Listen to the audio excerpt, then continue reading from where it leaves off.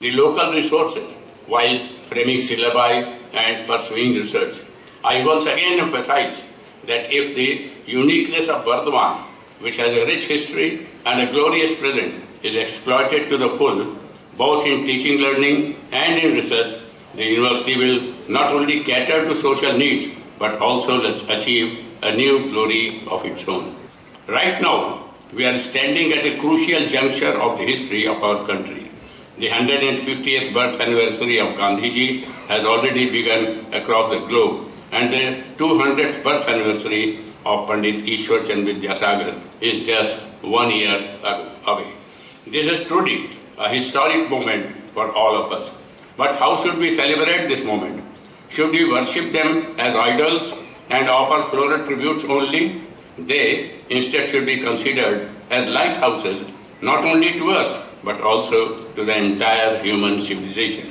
I strongly believe that the insights that we receive from the life and works of these great men are to be made a part of our living. We must live their thoughts and make them anew.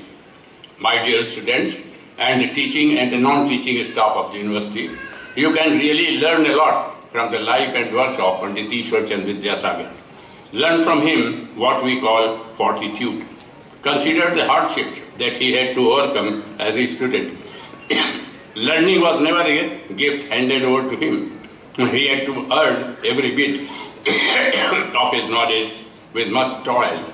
My dear students, some of you are really more fortunate than Vidyasagar ji. Ask yourself, are you using the best opportunities that this institute, your family, and society at large are offering you? Educational administrators, teachers, and employees can also learn a lot from Vidyasagar ji, the great educational reformist. He indeed should not be remembered simply as a social reformer. He was, in a sense, the first educational reformer of our country. Almost single-handedly, he changed the kernel of educational system of that time to make it at par with the global standard. For doing this, he had to fight hard, even at his workplaces. But he did not lose his heart and kept himself always open to new ideas and practices. Fusion of the East and the West was the essence of his educational reform. That is why he emphasized on using Bangla and English along with Sanskrit as mediums of teaching the learning process. He also put enormous emphasis on teaching the great Vedas along with the European history, philosophy, and science. He opened the Sanskrit college for non-Brahmin students as well.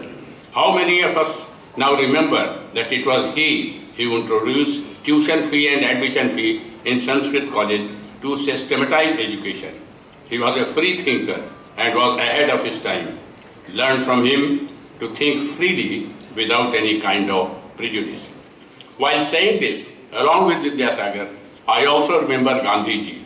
Expansion of the self was also the motto of Mahatma Gandhi's philosophy. While addressing a gathering of the students, he once said, I quote, "You are the hope of the future. You will be called upon when you are discharged from your colleges and schools to enter upon public life to lead the poor people of the country.